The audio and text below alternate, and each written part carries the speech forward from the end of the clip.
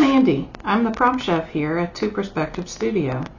Today I'm going to be showing you how to make a spring strawberry pie using a mold and using some clay. It's a fairly simple design. Just about anybody can do it, and I'm going to show you how. First thing you're going to need is a pie pan. This is a 9-inch disposable. This is a heavy-duty pie pan. I recommend you use something with a little bit of weight to it. The regular pie pans, when you start putting the cement and the resin in here that's necessary to form your pie, they can get a little flimsy. So make sure that you've got something heavy-duty, or you can use a real pie pan. Just beware that this is a forever project, so don't use your best pie pan because you'll never get it back out. Find something at a thrift store. You know, spend as little as possible, but just make it your own, however you want it. You'll also need a disposable cup or a bowl to mix some of your cement in to make a base. This is how I do mine. They come out with nice weight on them. You can fill your base with something like a styrofoam disc in here. You won't have as much weight, but it'll still have the same effect in the long run. So it's up to you what you use to fill your pan with. What you want to do is just use your material that's visible on what's visible on here. So you want to fill the void with something that it doesn't matter what it is, because no one's going to see it. Nobody's going to cut into this. It just is what it is. Now, you can make fake pies that have a slice taken out of them where you can see the cut portion. That's a sort of a different scenario, and you make it a totally different way. This is going to be a full pie that you're just going to look at from the top or the side and see a nice crust, and you'll see the filling. So in addition to your pie pan and a mixing bowl, you'll need something to mix it with. I'm going to use a popsicle stick, and you'll need some plaster of Paris. This is what I use for the base, for filling the void. When I use plaster of Paris, I make sure that I am safe. You don't want to breathe this material in. You don't want to get it on your skin because it can actually burn you or cause skin irritations. It gets a little bit hot while it's setting up, so you have to be a little bit careful. You'll need some gloves, and you'll need some water.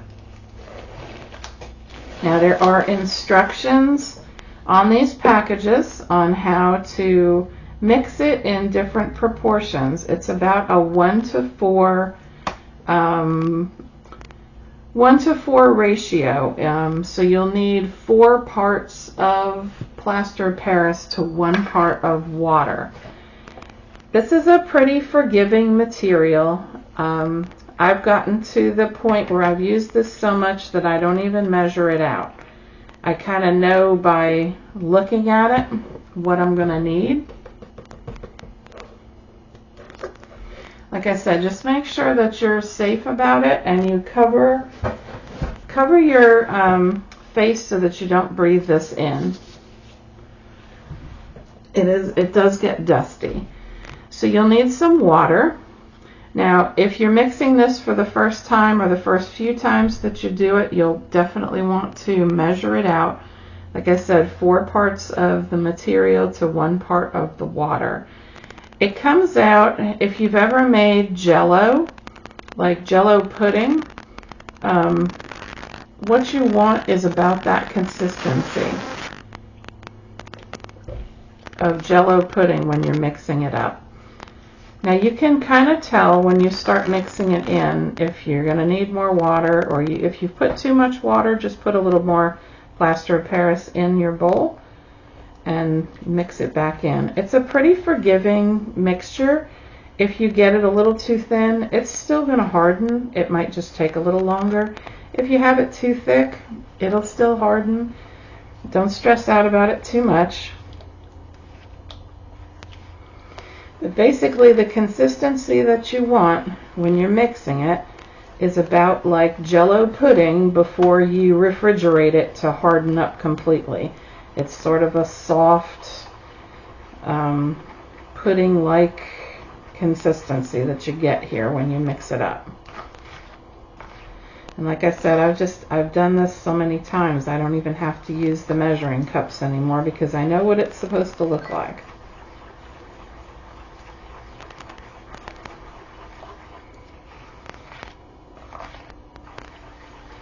I'm using a 20-ounce paper bowl to do this in, and I've got probably 2/3 of it mixed up.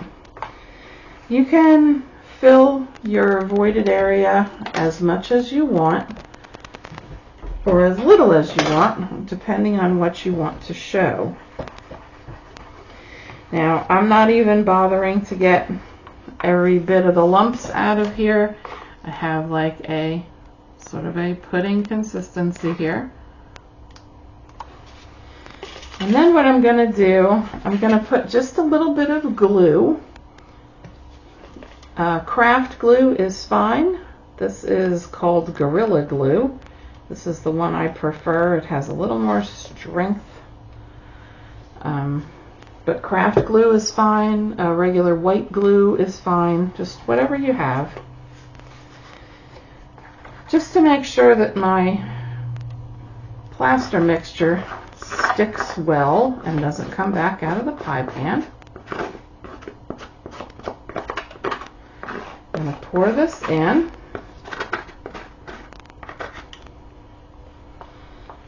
And then I'll spread it out.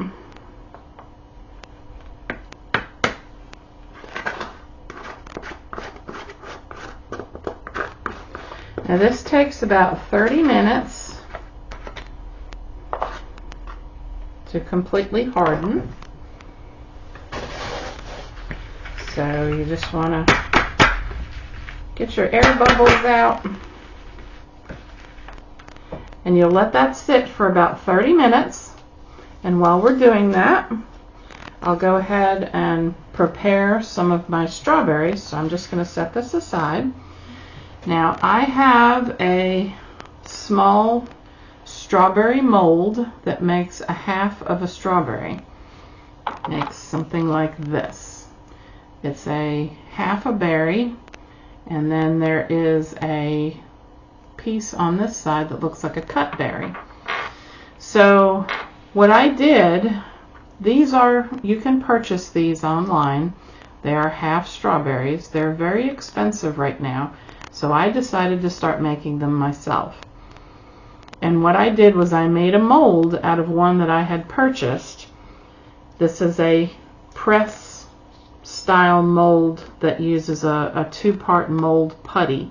And what you do is you blend the putty, and then when your putty is still wet, you press the item down in it and you leave it alone until it's dry, and then you pop your item out and you have a textured mold of your piece. Now that's a whole different video on mold making. But that's what I'm going to use today to make my berries. Now the cut piece on here, once I get my berries molded, I print. This is just normal pieces of paper. I took a photo of the inside of this berry and I printed them on just a regular piece of printer paper. I printed this, and then I will cut it out, and I will take them, and I use a little Mod Podge decoupage glue, and I decoupage these onto the cut side of my berry. Now I only have to do that with a couple of berries for this particular project. The other ones I'm just going to have face down showing the texture of the berry. I'll just have 5 or 6 that are showing the cut side up. So you won't have to do too many of those. I'm going to get some clay, and then we'll proceed with making our berries and painting them. So the clay I'm going to be using is by the Crayola company. This is Model Magic. It does come in a few colors, including red. So you could honestly use the red color to make this project and not have to paint the berries. You can also use foam clay, which is pretty popular for making baked items. That also comes in red, so you would not have to paint on top of that. I tend to use just the white Model Magic, and I do paint it for 90% of my items. The first thing you have to do with Model Magic clay is condition it. This clay is a very stiff clay. You will have to spend 5 to 10 minutes. I'm not going to do that. You'll have to spend 5 to 10 minutes and stretch your clay, knead the clay. You have to warm it up and get it very pliable.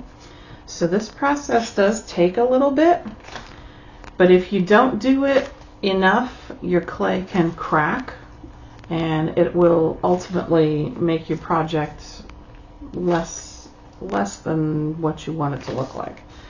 So make sure that if you're using Model Magic, that you take the time to knead it and condition it very well.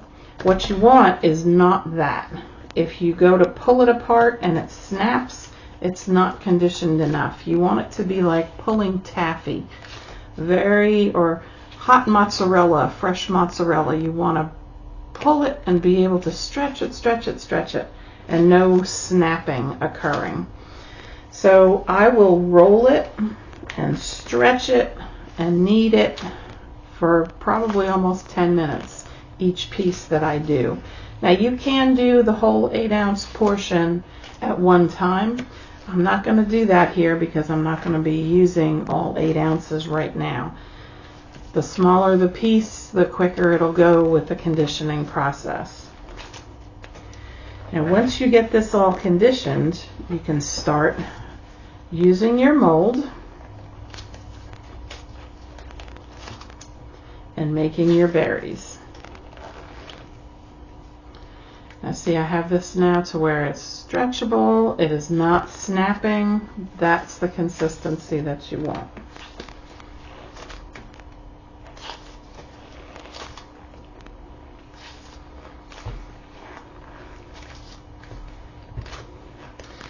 So you'll use small pieces. This is not a very large mold at all. So the pieces that you use are probably about 3/4 inch diameter, and you'll set that in there and you'll just press in the same shape. You want to make sure that you don't put a lot of clay in here.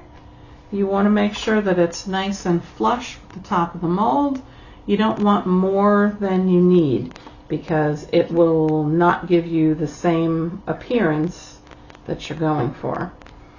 So then you just pop it out and you have a nice textured berry that's flat on the one side. So if you were using the papers, you would just cut one out completely and Mod Podge it onto the back of your strawberry. So again, I'll take about a 3/4 inch portion and put it in the mold. Pop it back out.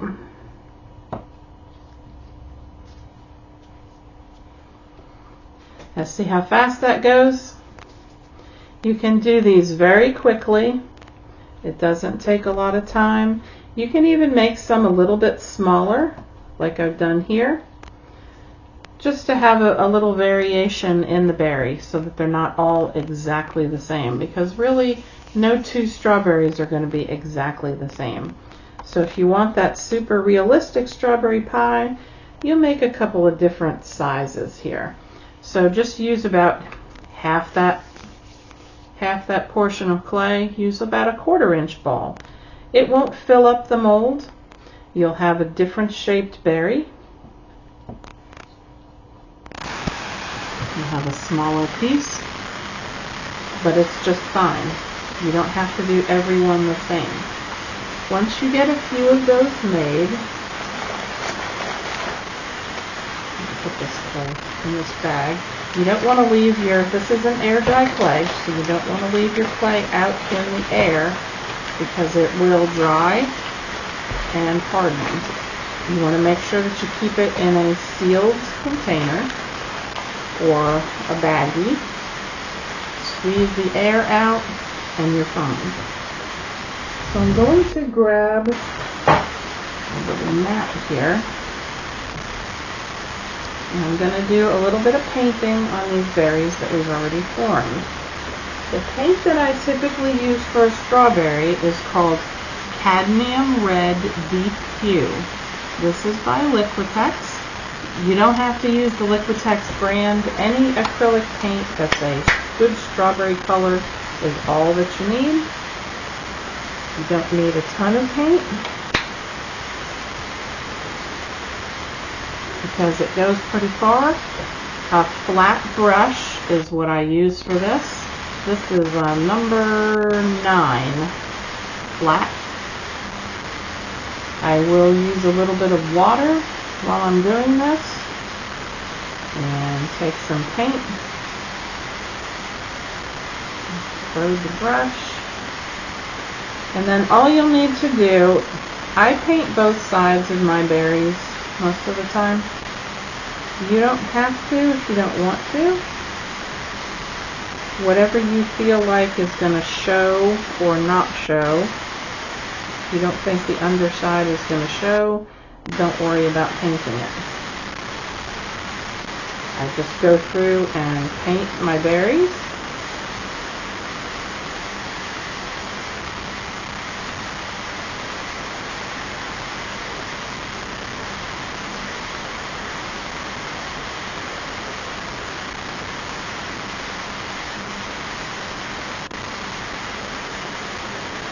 Now, because of the texture in the top of this, if you're not pressing down too hard, you can leave some little white spots on here, and that's not a bad thing when you're making this pie. It does add to the realism.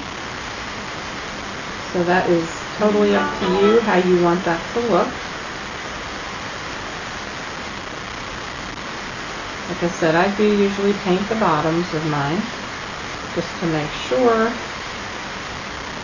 there's not a whole lot of white visible on there. So I have already started one of these pies, and I have layered some berries in it. You'll notice I have 5 of them that have the cut side up, where you can see that. The rest are cut side down. So I didn't put the papers on the cut side down berries, just the cut side up. Now I probably should have added a 6th cut side up berry over here just to make it a little more uniform, but I'm okay with the way that it is now. Once your berries are dry, you can start to form them on top of your plaster of Paris. I did take a little bit of the paint and I painted the edges of the foil pan where the foil meets the plaster of Paris.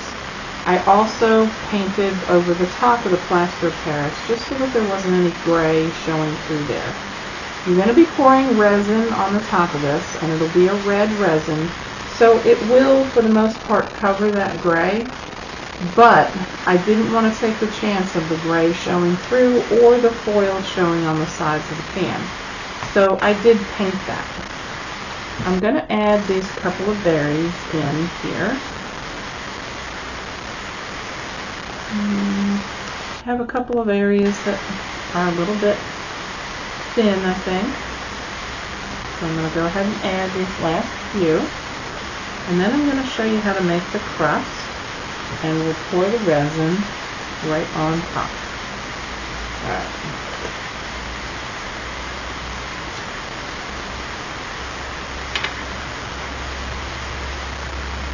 So I'm going to need some more clay, and then I'm going to come back and I'm going to show you how to make a rope and make your crust right on top. So I'll be right back after I condition that clay. So I've conditioned about a baseball size portion of the Model Magic clay. This may be a little bit more than I'll need for this, but you know, a little more is better than a little less. So that's about what I have. Now I've rolled this into a ball. I'm trying to press out any air bubbles that might be stuck in here. I'm also trying to deplete as many of the wrinkles, but mainly it's for the air, because you don't want the air to cause cracking in the crust portion that you're going to put around your pretty pie. So what you're going to need is a rope about 24 to 26 inches long. My ceramic tile here, which is what I use on my desktop for my surface, because nothing sticks to this. Paint comes off quickly and easily. The clay won't stick to it. So I use a ceramic tile that I just have sort of glued. It's not really glued. It's double-sided tape to my desk surface. So what you're going to want to do is, with the heels of your hands, you're going to want to start forming a uniform rope with your clay. Try not to come up here into your fingers, or you'll make these bumpies in your clay, and you don't want that. Make sure that you concentrate it on the heels of your hands while you're rolling. And roll uniformly up and down your rope to keep it about the same size.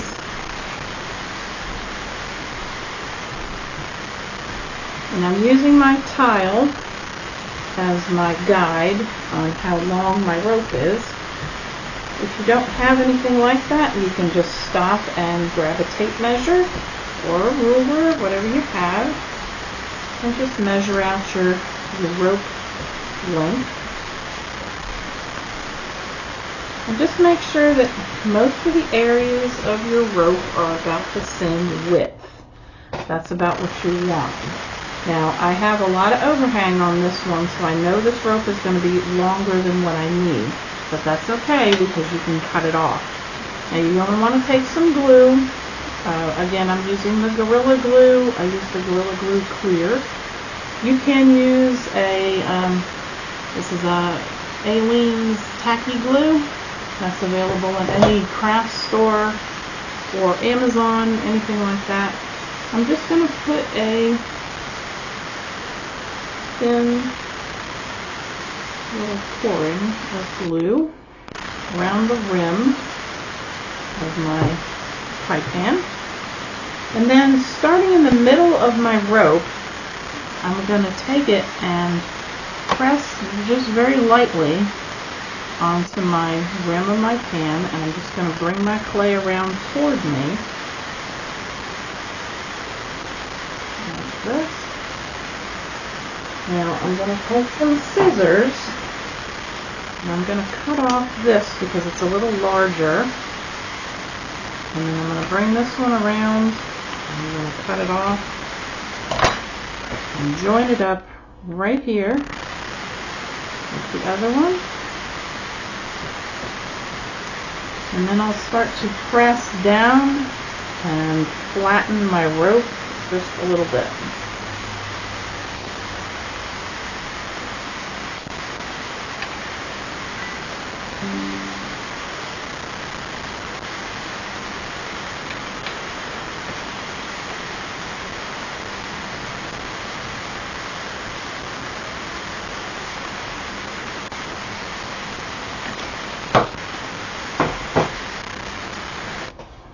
I'm going to put these pieces of clay back in my bag here so that they don't dry out.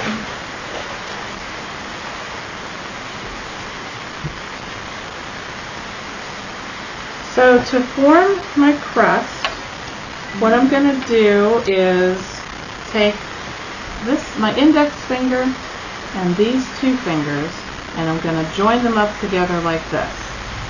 I'm going to lightly press with these two fingers, and then I'm going to take this one and I'm going to sort of push outward.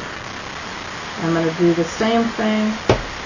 You'll put your thumb in the indentation of the one before it, make another press and another press, and you just keep going around your crust doing that motion. And that will form your crust like that. So you're just putting your thumb in the prior end of the indentation, making another press, and then pushing outward with your index finger. It goes pretty quick. You can also take, I'm sort of moving that off camera, you can also take, if you want a simpler pie crust that looks a little bit more homemade, you can also take a fork and just make fork marks around the whole top of the pie. It makes a real cute old-fashioned style pie. Looks very homemade, very realistic. This is just a little bit different way of doing that.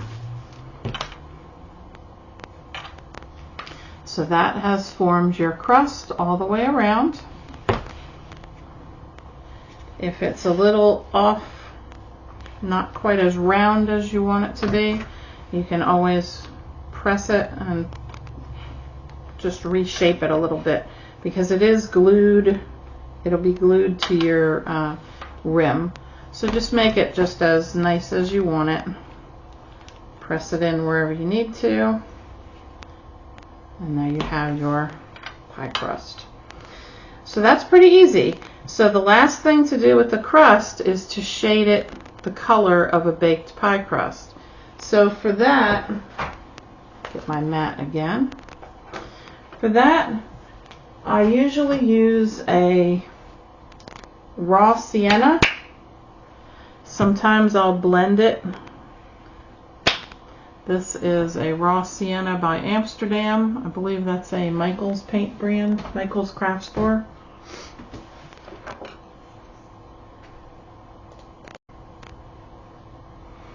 Any brownish tone will work. You can even make a nice baked color brownish tone by blending a little bit of red, orange, and yellow paint together. You can make a nice baked tone. So you can experiment with some colors, or you can find one that works for you. I wet my paintbrush. I'm using a larger flat brush. This is a 3/4 inch flat. It glides nicely around the outside of this wider pie crust. If you have a skinnier one, you can use a skinnier brush. You want to try to avoid getting the brown paint on the strawberries. So if you need to use a smaller brush to achieve this, that's perfectly fine. If you add some water in with your paint, it will tone down the overall color, and it'll give you a few different shades at the same time when you're working this in. And that's a good thing when you're trying to get a realistic baked consistency. Especially when I'm starting to run out of paint, the shades get lighter and darker in different areas. That is how you want to achieve your most realistic consistency. So don't load your brush with paint. Use a lot of water. Use a lot of water, but don't use too much that you absolutely saturate your clay, because then you'll have prolonged drying time and it can cause cracking. So you have to find just that happy medium in between the two. If you feel like you have too much water on there, you can always dab it with a paper towel. That'll also give you some interesting shading, because it'll remove some of the color.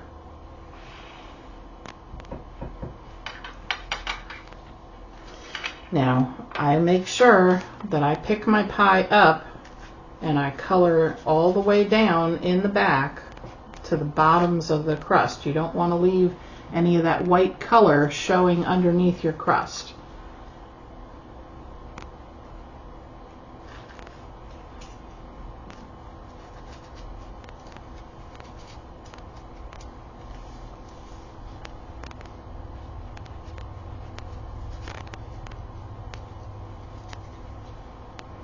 You also want to make sure that you've gotten underneath where it might show closer to your strawberry. You need to make sure that all of that is shaded like it's been baked. Don't leave the white visible. You will get a minimal amount of shrinkage in the clay when it dries, so beware of that. You may have to go back and touch up certain areas just a little bit later on, but it's not a big issue. If you want a little more brownness on the peaks where it would brown more in the oven because it's raised surface, you can go just very lightly along the peaks with a little bit more concentrated paint. You don't want a ton on there, but you can make the peaks just a little bit darker, and that'll lend some interest to the piece. Make it look just a little bit more realistic. If you start getting a lot of brush strokes, add a little bit more water. You don't want those brush strokes visible on here. You definitely don't want it to look like your crust has been painted on. You can also do a dab method like this to alleviate brush strokes. So there you have a pretty decent, realistic faux pie crust and some great looking little strawberries.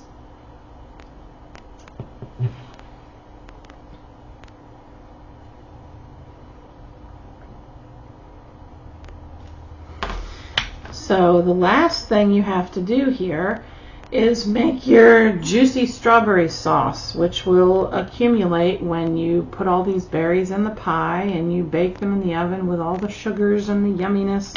You'll have that strawberry sauce around them. How you're going to achieve that is through the addition of some epoxy resin. So I'm going to get some epoxy resin in a cup and bring it over, and I'm going to show you how to mix that and color it. I'll be back in just a minute. Okay, so I have 5 ounces of epoxy resin. This is a 2-part resin, equal parts of part A and part B. You can find this from lots of different brands. You can find this online. I use one by the Resin Company. It is low odor. It is a food safe resin. I like this one quite a bit. You can put it on cutting boards, lots of different things. So I can highly recommend that one.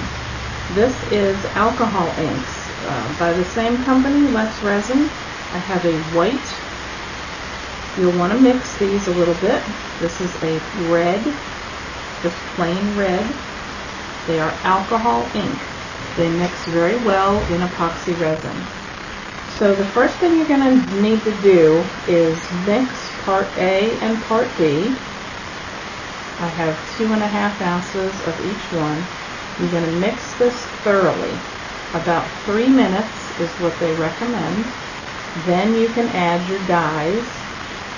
You can add paint to this, but it will become very opaque. You won't be able to have that translucent mixture that we're looking for here.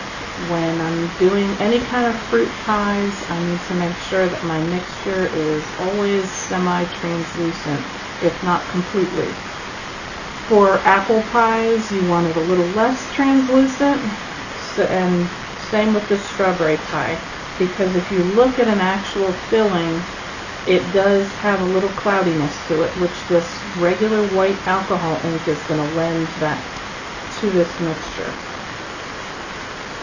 Now, I'm just using a plain old red dye. I'm not going to mix it with anything just yet. I'm going to see how close I can come to this paint color that I was using for these strawberries. I'm not going to be too concerned about the air bubbles that form in here when you mix this, because you're not going to see that once it's poured into the pie. Most of them will disperse.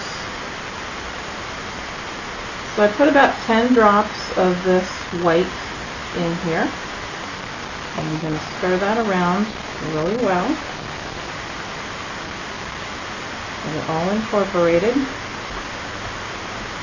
You really have to mix the colorants in very well in here. They tend to be streaky for a little while before you mix them totally. So you need to make sure that you give it a good stir, especially when you're using larger volumes of the resin. You need to make sure that you thoroughly mix your alcohol ink in, or it will be streaky. Then I'm going to add some of this red. Probably about a dozen drops is what I'm thinking.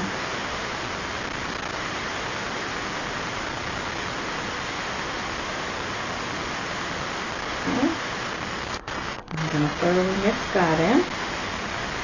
And then we'll see what we have with the color. Sometimes you need to mix more than one color to achieve the color that you're looking for. But I think in the case of the strawberry pie, I think the plain old red is going to be my best bet. And make sure that you scrape along the top edges where that alcohol ink will accumulate. Make sure you push it down and scrape it in there and mix it in very thoroughly.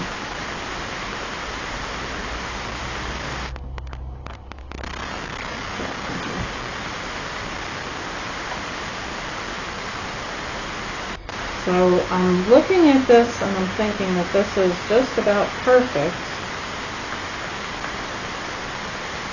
for my color.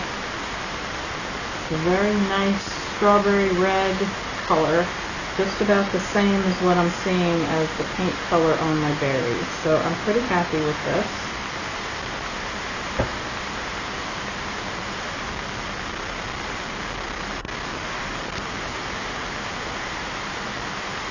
Now when everything is completely mixed, I'm going to put the towel here.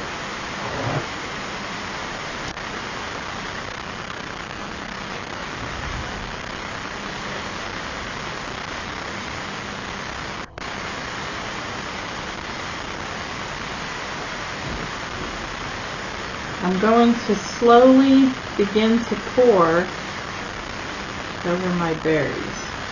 Now I'm going to start near the edges and come all the way around, just doing a slow pour,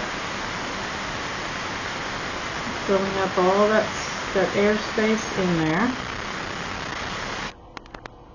going around all the berries, and then I'm going to start working my way inward.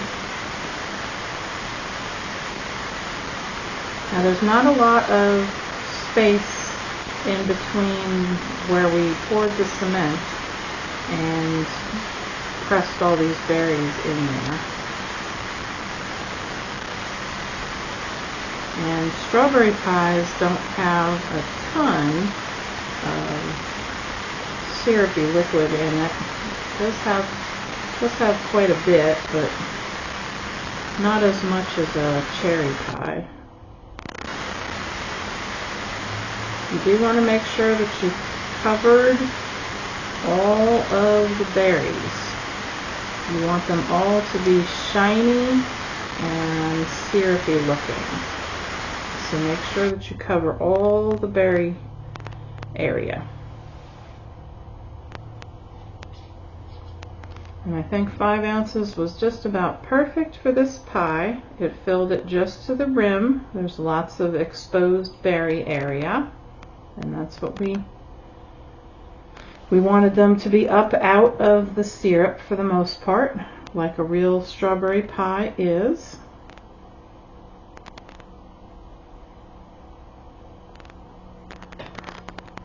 think looking for any bare clay spots on here that don't have resin on them.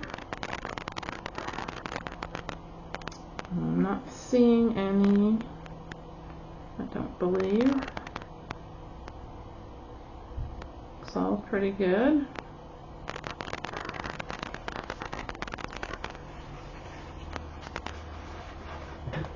Alright.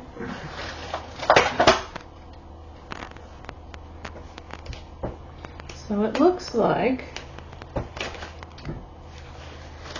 this is just about perfect. We have a lovely coating on all of our berries. We have that syrupy mixture in there. All we need is a nice dollop of whipped cream in the middle, which we can definitely do when it's dry. We don't want to do that just yet. If you put the white creamy mixture on top of the wet resin strawberry, the resin will seep into it because we'll be using lightweight spackle. Yes, it's wall spackle. Put in a pastry bag with a little bit of paint. You would pipe it through the pastry bag just like you would regular whipped cream and attach it on there. However, you don't want that red coloring from the resin to seep into the spackle. So definitely wait until this is completely dry. This will take a good 24 hours to dry completely. Then you'll be able to add a little glue on top and then pipe your whipped cream in the middle. So that's your short little video for today for a spring strawberry pie. I hope you'll try this. It is a fairly easy little project to do. Doesn't take a ton of components or a ton of time. So give it a whirl and let me know what you think. If you like what I do here, subscribe to my channel. I would appreciate it. This is Andy. I am the prop chef at Two Perspectives, and I'll see you in the next video. Have a great day, everybody. Bye.